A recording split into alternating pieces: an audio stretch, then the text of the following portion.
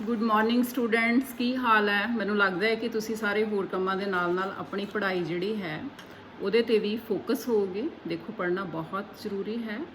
ਠੀਕ ਹੈ, ਅਸੀਂ ਹਾਲਾਤ ਜਿਹੜੇ ਆ ਉਹਨਾਂ ਨੂੰ ਫੇਸ ਕਰ ਰਹੇ ਹਾਂ ਤੇ ਅਸੀਂ ਸਾਡੀਆਂ ਜਿਹੜੀਆਂ ਕਲਾਸਿਸ ਆ ਉਹ ਨਹੀਂ ਸ਼ੁਰੂ ਹੋ ਰਹੀਆਂ, ਬਟ ਜੋ ਵੀ ਸਾਡੇ ਕੋਲ ਹੁਣ ਰਿਸੋਰਸਿਸ ਹੈ ਅਸੀਂ ਉਹਦੇ ਨਾਲ ਇਹ ਸਾਰਾ ਜਿਹੜਾ ਹੈ ਉਹਨੂੰ ਸਾਰੀ ਸਟੱਡੀ ਨੂੰ ਆਪਣੀ ਨੂੰ ਕੈਰੀ ਔਨ ਕਰ ਸਕਦੇ ਹਾਂ। So students, second chapter plus 2 ਦਾ ਅਸੀਂ ਲੈ ਕੇ ਅੱਜ ਕਰ ਰਹੇ ਹਾਂ। ਅੱਜ ਅਸੀਂ ਕਰ ਲਿਆ ਹਾਂ ਪਾਰਲੀਮੈਂਟਰੀ ਸਿਸਟਮ ਦਾ ਮਾਡਲ, ਸੰਸਦੀ ਪ੍ਰਣਾਲੀ ਦੀ ਸਰਕਾਰ ਦਾ ਨਮੂਨਾ। ਤੁਹਾਨੂੰ ਮੈਂ ਇਹ ਚੈਪਟਰ ਤੇ ਲੈ ਕੇ ਜਾਣ ਤੋਂ ਪਹਿਲਾਂ ਮੈਂ ਪਲੱਸ 1 ਚ ਲੈ ਕੇ ਜਾਂਦੀ ਹਾਂ ਕਿ ਤੁਹਾਨੂੰ ਯਾਦ ਹੋਏਗੀ ਕਿ ਅਸੀਂ 4 ਤਰ੍ਹਾਂ ਦੀਆਂ ਸਰਕਾਰਾਂ ਕੀਤੀਆਂ ਸੀ। ਸਭ ਤੋਂ ਪਹਿਲਾਂ ਅਸੀਂ ਸੰਸਦੀ ਪ੍ਰਣਾਲੀ ਦੀ ਸਰਕਾਰ ਕੀਤੀ ਸੀ, ਪਾਰਲੀਮੈਂਟਰੀ ਫਾਰਮ ਆਫ ਗਵਰਨਮੈਂਟ, ਜਿਹਦੇ ਵਿੱਚ ਮੈਂ ਤੁਹਾਨੂੰ ਉਹ ਸਾਰਾ ਕੁਝ ਤੁਹਾਨੂੰ ਯਾਦ ਹੋਏਗਾ ਕਿ ਨਾ ਮਾਤਰ ਦੇ ਅਸਲੀ ਕਾਰਜ ਸਾਧਕ ਵਿੱਚ ਫਰਕ ਹੁੰਦਾ ਹੈ। ਐਕਸੀਕਿਊਟਿਵ ਦੇ ਤੇ ਲੈਜਿਸਲੇਚਰ ਦੇ ਆਪਸ 'ਚ ਗੂੜੇ ਸੰਬੰਧ ਹੁੰਦੇ ਹਨ। ਇਹਨੂੰ ਜ਼ਿੰਮੇਵਾਰ ਸਰਕਾਰ ਕਿਹਾ ਜਾਂਦਾ ਹੈ। ਇਹ ਕੁਐਸਚਨ ਵੀ ਤੁਹਾਨੂੰ ਆਇਆ ਸੀਗਾ। ਇਸ ਤਰ੍ਹਾਂ ਅਸੀਂ ਪ੍ਰਧਾਨਗੀ ਸਰਕਾਰ ਵੀ ਉਹਦੇ 'ਚ ਕੀਤੀ ਸੀ, ਫਿਰ ਇਹਨਾਂ ਦਾ ਡਿਫਰੈਂਸ ਵੀ ਕੀਤਾ ਸੀ। ਪ੍ਰਧਾਨਗੀ ਸਰਕਾਰ ਦੇ ਵਿੱਚ ਅਸਲੀ ਕਾਰਜ ਸਾਧਕ ਇੱਕ ਹੀ ਹੁੰਦਾ ਹੈ। ਜਿਸ ਤਰ੍ਹਾਂ ਅਮਰੀਕਾ ਦੇ ਵਿੱਚ ਪ੍ਰੈਜ਼ੀਡੈਂਸ਼ੀਅਲ ਫਾਰਮ ਆਫ ਗਵਰਨਮੈਂਟ ਹੈ ਤੇ ਉੱਥੋਂ ਜਿੰਨੀਆਂ ਵੀ ਪਾਵਰਸ ਹੈ, all powers are exercised by the president, like Donald Trump is wholly solely responsible there. So ਇਸੇ ਤਰ੍ਹਾਂ ਅਸੀਂ ਕੀਤੀ ਸੀ ਯੂਨਿਟਰੀ ਫਾਰਮ ਆਫ ਗਵਰਨਮੈਂਟ, ਜਿਹਦੇ ਵਿੱਚ ਕੀ ਹੁੰਦਾ ਹੈ ਕਿ there is only one government, that is of centre government. Centre 'ਚ ਹੀ ਗਵਰਨਮੈਂਟ ਹੁੰਦੀ ਹੈ ਤੇ ਜਿਹੜੀਆਂ ਰਾਜ ਸਰਕਾਰਾਂ ਆ ਉਹ ਵੀ ਉਹਦੇ ਕੰਟਰੋਲ 'ਚ ਹੁੰਦੀਆਂ ਹਨ। ਦੈਨ ਅਸੀਂ ਕੀਤਾ ਸੀ ਫੈਡਰਲ ਫਾਰਮ ਆਫ ਗਵਰਨਮੈਂਟ, ਸੰਘਾਤਮਕ ਪ੍ਰਣਾਲੀ ਦੀ ਸਰਕਾਰ, ਜੋ ਕਿ ਸਾਡੇ ਦੇਸ਼ 'ਚ ਸੰਸਦੀ ਪ੍ਰਣਾਲੀ ਦੀ ਸਰਕਾਰ ਦੇ ਨਾਲ ਫੈਡਰਲ ਫਾਰਮ ਆਫ ਗਵਰਨਮੈਂਟ ਹੈ, ਜਿਹਦੇ ਵਿੱਚ ਸੈਂਟਰ ਦੀ ਸਰਕਾਰ ਅਲੱਗ ਹੁੰਦੀ, ਉੱਥੇ ਪ੍ਰਧਾਨ ਮੰਤਰੀ ਹੁੰਦਾ ਹੈ ਤੇ ਸਟੇਟਸ ਦੀ ਆਪੋ ਆਪਣੀ ਗਵਰਨਮੈਂਟ ਹੁੰਦੀ ਹੈ। ਜਿਸ ਤਰ੍ਹਾਂ ਸਾਡੇ ਪੰਜਾਬ ਦੀ ਗਵਰਨਮੈਂਟ ਹੈ, ਸਾਡੇ ਇੱਥੇ ਕਾਂਗਰਸ ਦੀ ਸਰਕਾਰ ਹੈ, ਚੀਫ ਮਿਨਿਸਟਰ ਜਿਹੜੇ ਸਾਡੇ ਕੈਪਟਨ ਅਮਰਿੰਦਰ ਸਿੰਘ ਹੈ, ਹਰਿਆਣੇ ਦੀ ਸਰਕਾਰ ਅਲੱਗ ਹੈ, ਹਿਮਾਚਲ ਦੀ ਅਲੱਗ ਹੈ, ਅਲੱਗ-ਅਲੱਗ ਸਟੇਟਸ ਦੀ ਅਲੱਗ-ਅਲੱਗ ਸਰਕਾਰ ਹੈ। ਮੀਨਸ ਇਹਦੇ 'ਚ ਫੈਡਰਲ ਫਾਰਮ ਆਫ ਗਵਰਨਮੈਂਟ ਵੀ ਹੈ ਸੰਸਦੀ ਪ੍ਰਣਾਲੀ ਦੀ ਸਰਕਾਰ ਦੇ ਨਾਲ। ਸੋ ਹੁਣ ਚੈਪਟਰ ਸ਼ੁਰੂ ਹੋ ਗਿਆ ਸਟੂਡੈਂਟਸ। ਅੱਜ ਸਾਡਾ ਸੈਕਿੰਡ ਚੈਪਟਰ ਹੈ ਸੰਸਦੀ ਪ੍ਰਣਾਲੀ ਦੀ ਸਰਕਾਰ ਦਾ ਨਮੂਨਾ, model of parliamentary form of government, ਜੋ ਕਿ ਸਾਡੇ ਇੰਡੀਆ ਦੇ ਵਿੱਚ ਕੰਮ ਕਰ ਰਹੀ ਹੈ। ਸਟੂਡੈਂਟਸ, ਭਾਰਤ ਨੇ ਸੰਸਦੀ ਪ੍ਰਣਾਲੀ ਦੀ ਸਰਕਾਰ ਅਪਣਾਈ।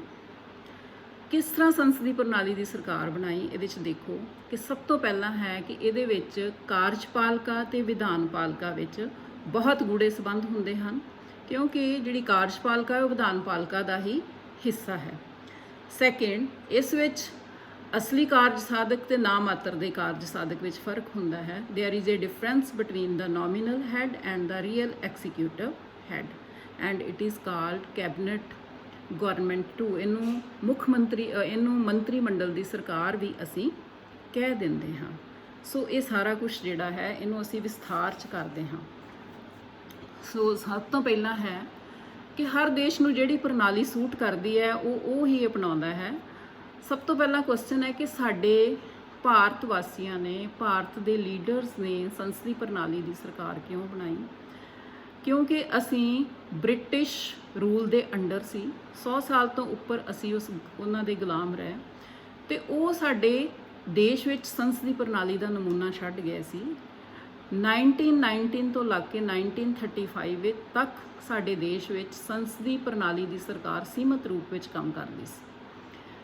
ਇਸ ਤਰ੍ਹਾਂ ਸਾਡੇ ਜਿਹੜੇ ਲੀਡਰ ਸੀ, ਪੋਲੀਟੀਕਲ ਲੀਡਰ ਸੀ, ਉਹਨਾਂ ਨੂੰ ਆਲਰੇਡੀ ਐਕਸਪੀਰੀਅੰਸ ਸੀ ਕਿ ਪਾਰਲੀਮੈਂਟਰੀ ਫਾਰਮ ਆਫ ਸਿਸਟਮ ਜਿਹੜਾ ਹੈ ਉਹ ਕਿਸ ਤਰ੍ਹਾਂ ਕੰਮ ਕਰਦਾ ਹੈ। ਸੋ ਇੰਗਲੈਂਡ ਦੇ ਵਿੱਚ ਵੀ ਪਾਰਲੀਮੈਂਟਰੀ ਫਾਰਮ ਆਫ ਗਵਰਨਮੈਂਟ ਹੈ। ਇਸ ਕਰਕੇ ਅਸੀਂ ਇਹ ਸਰਕਾਰ ਜਿਹੜੀ ਹੈ ਇਹਦਾ ਨਮੂਨਾ ਹੈ ਜਿਹੜਾ ਅਸੀਂ ਇੰਗਲੈਂਡ ਤੋਂ ਬੋਰੋ ਕੀਤਾ ਤੇ ਉਸ ਨੂੰ ਅਸੀਂ ਆਪਣੇ ਦੇਸ਼ ਦੇ ਵਿੱਚ ਅਡਾਪਟ ਕੀਤਾ। ਹੁਣ ਕੁਐਸਚਨ ਆਉਂਦਾ ਹੈ ਕਿ ਸੰਸਦੀ ਪ੍ਰਣਾਲੀ ਦੀ ਸਰਕਾਰ ਤੋਂ ਕੀ ਭਾਵ ਹੈ? What do you mean by parliamentary form of government? ਤੁਸੀਂ ਇਹਦਾ ਆਨਸਰ ਲਿਖਣਾ ਹੈ ਕਿ ਸੰਸਦੀ ਪ੍ਰਣਾਲੀ ਦੀ ਸਰਕਾਰ ਤੋਂ ਭਾਵ ਹੈ ਇਸ ਵਿੱਚ ਵਿਧਾਨਪਾਲਿਕਾ ਤੇ ਕਾਰਜਪਾਲਿਕਾ ਵਿੱਚ ਬਹੁਤ ਗੂੜੇ ਸੰਬੰਧ ਹੁੰਦੇ ਹਨ। ਇਸ ਵਿੱਚ ਅਸਲੀ ਕਾਰਜ ਸਾਧਕ ਤੇ ਨਾ ਮਾਤਰ ਦੇ ਕਾਰਜ ਸਾਧਕ ਵਿੱਚ ਫਰਕ ਹੁੰਦਾ ਹੈ ਔਰ ਇਸ ਨੂੰ ਮੰਤਰੀ ਮੰਡਲ ਦੀ ਸਰਕਾਰ ਵੀ ਕਿਹਾ ਜਾਂਦਾ ਹੈ ਔਰ ਇਹ ਜ਼ਿੰਮੇਵਾਰ ਸਰਕਾਰ ਹੈ। ਹੁਣ ਮੈਂ ਇਸ ਤੋਂ ਬਾਅਦ ਇਹਦੇ ਤੇ ਨਾਲ ਹੀ ਮੈਂ ਤੁਹਾਨੂੰ ਇਹਦੀਆਂ ਵਿਸ਼ੇਸ਼ਤਾਵਾਂ ਤੇ ਲੈ ਕੇ ਆਉਣੀ ਹਾਂ। Characteristics of parliamentary form of government. ਸਭ ਤੋਂ ਪਹਿਲਾਂ ਹੈ ਕਰੈਕਟਰਿਸਟਿਕ ਇਹਦੀ ਕੀ ਹੈ ਕਿ ਵਿਧਾਨਪਾਲਿਕਾ ਤੇ ਕਾਰਜਪਾਲਿਕਾ ਵਿੱਚ ਗੂੜੇ ਸੰਬੰਧ। ਕਿਸ ਤਰ੍ਹਾਂ ਗੂੜੇ ਸੰਬੰਧ ਨੇ? ਦੇਖੋ ਸਟੂਡੈਂਟਸ, ਮੈਂ ਤੁਹਾਨੂੰ ਪਹਿਲਾਂ ਕਲਾਸ ਵਿੱਚ ਲੈ ਕੇ ਜਾਂਦੀ ਹਾਂ ਕਿ ਤੁਹਾਡੀ 50 ਬੱਚਿਆਂ ਦੀ ਕਲਾਸ ਹੈ ਤੇ 50 ਬੱਚੇ ਤੁਸੀਂ ਕੀ ਬਣ ਗਏ? ਵਿਧਾਨ ਪਾਲਿਕਾ। ਤੁਸੀਂ ਸਾਰੇ ਹੁਣ ਕੀ ਬਣ ਗਏ? ਉਹ ਲੋਕ ਸਭਾ ਹੋ, ਇੱਕ ਵਿਧਾਨ ਪਾਲਿਕਾ ਉਹ 50 ਬੱਚੇ ਹੋ। ਹੁਣ ਮੈਂ ਇਹਦੇ ਵਿੱਚੋਂ ਕਾਰਜਪਾਲਿਕਾ ਬਣਾਉਣੀ, ਇਹਦੇ ਵਿੱਚੋਂ ਐਕਸੀਕਿਊਟਿਵ ਬਣਾਉਣੀ। ਮੈਂ 2 ਬੱਚਿਆਂ ਦੇ ਨੇਮ ਕਹਿੰਦੀ ਆ ਤੁਹਾਨੂੰ ਬੱਚਿਓ ਕਿ 2 ਬੱਚਿਆਂ ਦੇ ਨੇਮ ਨੋਮੀਨੇਟ ਕਰੋ ਕਿ ਉਹਨਾਂ ਦੀ ਅਸੀਂ ਮੋਨੀਟਰ ਦੀ ਇਲੈਕਸ਼ਨ ਜਿਹੜੀ ਹੈ ਉਹ ਕਰ ਸਕੀਏ। ਤੁਸੀਂ 2 ਬੱਚਿਆਂ ਦੇ ਮੇਰੇ ਕੋਲ ਨਾਮ ਆਉਂਦੇ ਆ, ਹਰਮਨ ਦਾ, ਮਹਿਕ ਦਾ। ਮੈਂ ਕਿਹਾ ਇਟਸ ਫਾਈਨ, 2 ਬੱਚਿਆਂ ਦੇ ਨਾਮ ਹੈ ਔਰ ਤੁਸੀਂ ਇਹਨਾਂ ਦੀ ਵੋਟਿੰਗ ਕਰੋ ਹੈਂਡਸ ਰੇਜ਼ ਕਰਕੇ।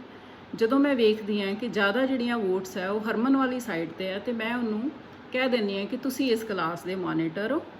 ਹੁਣ ਹਰਮਨ ਤੁਸੀਂ ਆਪਣੇ ਨਾਲ, ਸੋ ਉਹ ਕੀ ਹੋ ਗਿਆ, ਜਿਸ ਤਰ੍ਹਾਂ ਤੁਸੀਂ ਲੋਕ ਸਭਾ 'ਚ ਬੈਠੇ ਹੋ ਤੇ ਤੁਸੀਂ ਹਰਮਨ ਨੂੰ ਆਪਣਾ ਲੀਡਰ ਚੁਣ ਲਿਆ, ਜਿਹਨੂੰ ਕਿ ਅਸੀਂ ਕਲਾਸ 'ਚ ਮੋਨੀਟਰ ਕਹਿ ਦਿੰਦੇ ਹਾਂ, ਜਿਹਦੇ ਨਾਲ ਸਾਰੇ ਬੱਚਿਆਂ ਦੀ ਸਹਿਮਤੀ ਹੁੰਦੀ ਹੈ।